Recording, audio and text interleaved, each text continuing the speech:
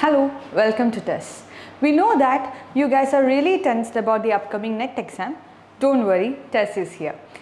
So, we thought of giving you some videos on paper 1 so that you guys won't worry. And I'm Aparna Nandan, I'm the one who is going to deal with mathematical reasoning and logical reasoning. Okay, so here we start.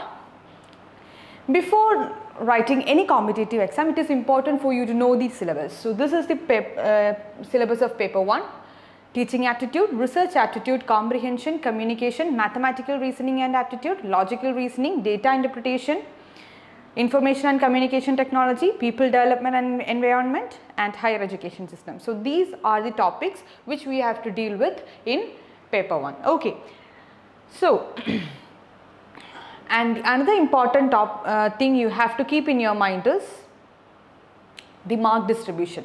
So each topic will have 5 questions and each question will carry 2 marks.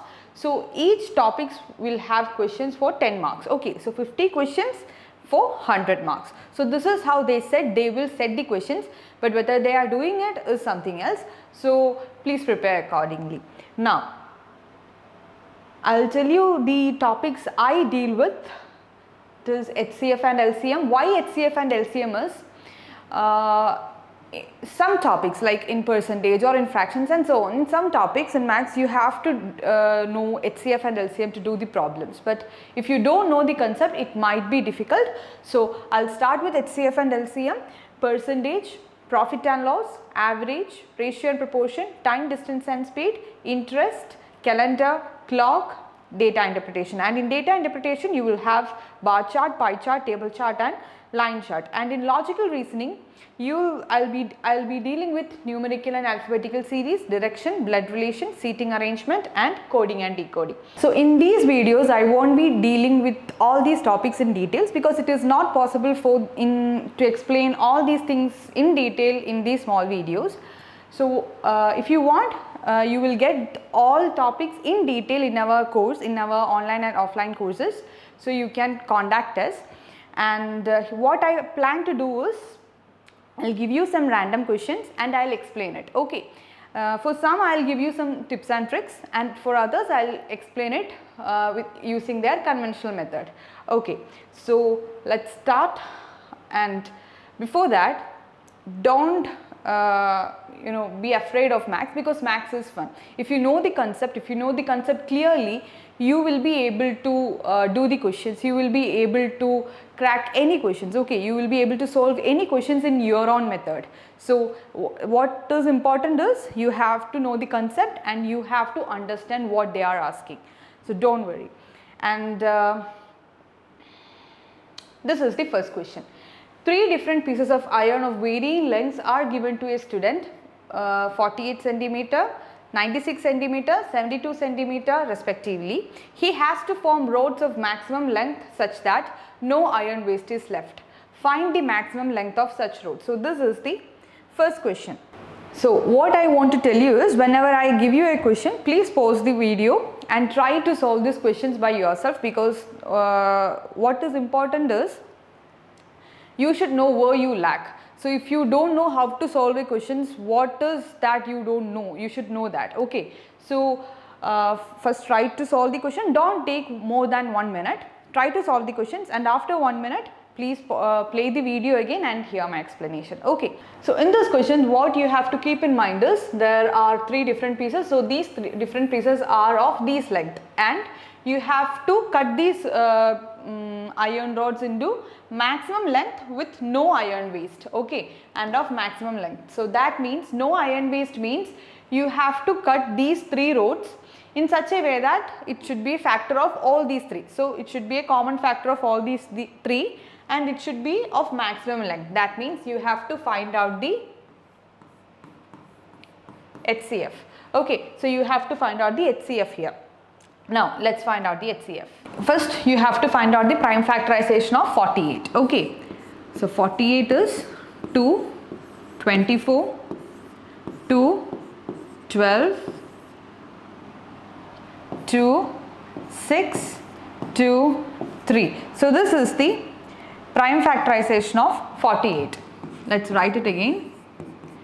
2 into 2 into 2 into 2 into 3. Okay.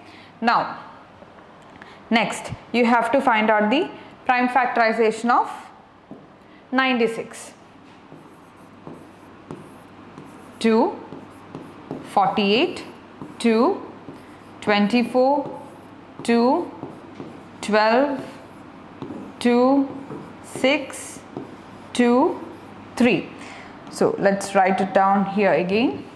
96 is 2 into 2 into 2 into 2 into 2 into 3. Okay.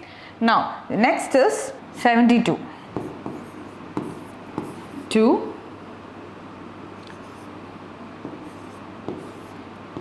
2,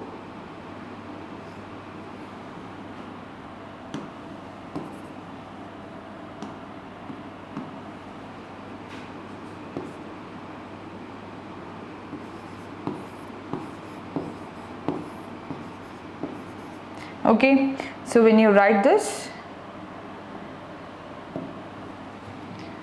72 is equal to 2 into 2 into 2 into 3 into 3. Now you have to find out the highest common factor. So for the highest common factor, 2 is common, again 2 is common, again 2 is common.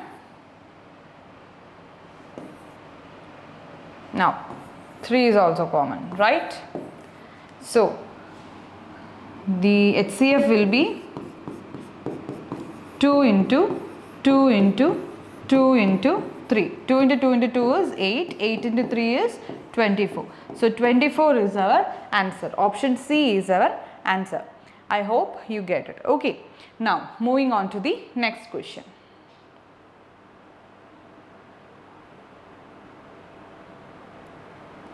Yes. So this is your next question. Try to solve it. Now as I have already said, please pause the video and try to do it by yourself and then hear my explanation. Okay.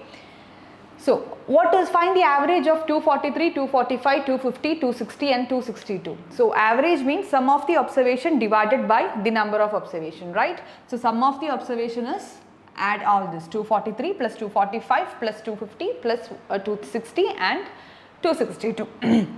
So if you add all this, you will get 1260 and the number of observation is 1, 2, 3, 4, 5. So divided by 5.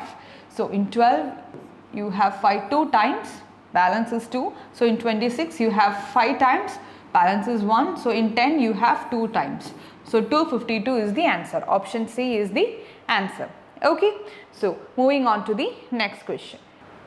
Now this is the next question, and before that, whenever you go for a competitive exam, what I see is most of the students, whenever they get a worksheet, what they will do is write 1, 2, 3, 4 and so on, and then they will write A, B, C, D to find out their numerical order of the letters in alphabets, right? So now I will tell you a trick to remember these numerical order of these letters. So all of us know that from A to E, that is A, B, C, D, E, it is 1, 2, 3, 4 and 5, right? So after that, from F to Z, that is what I am going to tell. Okay. So let's write that first. Okay. So what you have to do is just connect these two lines. So this will look like 6 in digital form, right? Whenever you look at a calculator or in digital form, you will find 6 like this. So F is for 6, and in G you will have a 7. You can find a 7 in G. So G is 7 is G. Okay. Now for H, just connect these two lines. So in digital form you can find 8 like this, right? This is how you will find 8 in digital form. So this is H is for 8. Now for 9, for I, just draw a curve here. It will look like 9. So I is for 9. Now just draw a line here or connect these two lines, you will get somewhat looking like a 0. You will j will be somewhat looking like 0. So j is 10. Now in k you have 1, so k is 11. Now draw a curve here, you will get 2. You can see the first standard or second standard students will write 2 like this. So L is for 12, then M, rotate M, you will get 3, so M is 13. Now N, after M comes N, so you can find it out that if M is 13, N is 14, but otherwise just draw a curve here, so it will look like 4, so N is 14. I don't have any trick for I don't have any trick for O, so O is 15. Okay, just memorize that, O is 15. Keep that in mind. Now, just imagine there is a mirror here. So, the reflection of P will be like this, right? This will how P looks. So, this is somewhat looking like 6, right? So, P is 16 and in Q you have a 7. So, Q is 17. Okay, I deliberately wrote R in small letter. So, connect these two and you will have 8 here. So, R is 18. Now, connect this. So, this is somewhat looking like 9, right? This is somewhat looking like 9. So, S is 19, T for T20. I think many of you know, all of you will be knowing that match, T20 match in cricket, right? So, T for T20 and U comes after T. If T is 20, U will be 21. So, keep that in mind. And V for victory. V is 22 because V for victory. So, when we pose for a selfie, we pose like this, like so. There are 2 fingers. So, V 22. Now, W is when you rotate W, you will get 3. So, W is 23. So, keep this in mind. And X, Y, Z. So, these are the last letters and we know that there are only 26 letters in our English alphabet. So, 24, 25 and 26 is X, Y, Z. Okay. So, please keep this in mind. Now, let us move on to this question. W, X, C, D, U, V, E, F, S, T, G, H, Q, R, I, J. You have to find out the next set. So, let us write that. W, X, C, D, U, V, E, F, S, T, G, H, Q, R, I, J, right? So, the numerical order of W is 23, X is 24, C is 3, D is 4. Now, U is 21, V is 22, E is 5, F is 6. Now, S is 19, T is 20, G is 7, H is 8. Now, Q is 17, R is 18, I is 9, J is 10.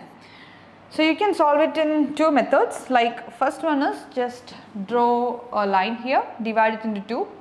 So, if you look like this, it is 17, 18, 19, 20, 21, 22, 23, 24. So, that means here it should be like this, right? So, here it should be 16 and here it should be 15. Now, look at this. 3, 4, 5, 6, 7, 8, 9, 10. So, here it should be 11 and here it should be 12, right? So, the letters will be 15 is O, 16 is P, 11 is K and 12 is L. So, OPKL is the answer. If not like this, you can do it in another method, like just divide it into 4 equal parts. Okay. Now, 23 and 21, it is minus 2. 21 and 19, it is minus 2. 19 and 17, this is minus 2. So, next should be minus 2, right? So, 17 minus 2 is 15. Now, 24 minus 2 is 22, minus 2 is 20, minus 2 is 18. So, minus 2, it will give you 16. Now, 3 plus 2 is 5, plus 2 is 7, plus 2 is 9 and here it should be plus 2. So, 9 plus 2 is 11. Okay. Now, 4 plus 2 is 6, plus 2 is 8, plus 2 is 10 and so plus 2 will be 12. So 15, 16, 11 and 12. So OPKL. Okay. So this is how you have to find out the answer for this question. Now moving on to the OPKL, first option. Okay. Moving on to the next question. Yes.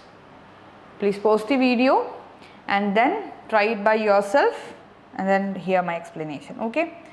Now A is the father of C and D is the son of B, E is the brother of A. If C is the sister of D, how is B related to E? So whenever you are doing a blood relation question, what you have to keep in mind is you should be aware of the generation and also the gender.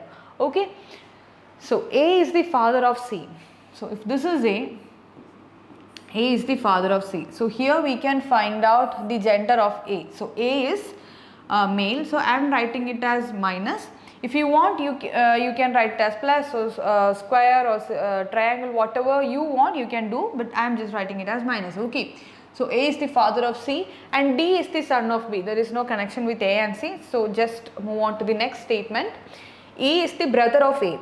So E is the brother of A. So they are in the same generation. So I am writing it here and we know that E is the brother. So gender is here. So I am writing minus here. Okay. So E is the brother of A. Now C is the sister of D. So C is the sister. So we know the gender of C. C is female, sister of D. Okay. Now before we know that D is the son of B. So D, the gender is male and D is the son of B. Okay. So C and D are siblings and C is the daughter of A and D is the son of B. That means they both are couples. Okay. So I am drawing an equal to here for denoting couples. Okay. So if A is male, B will be female. So you have to find out the relation of B to E, right? How is B related to E? That is what you have to find out. How is B related to E? Okay, so E is the brother of B's husband. That means B is the sister-in-law of E. Okay, so option 3 is the answer, sister-in-law. So this is the end of this slide. Wait for the next video. Okay, bye.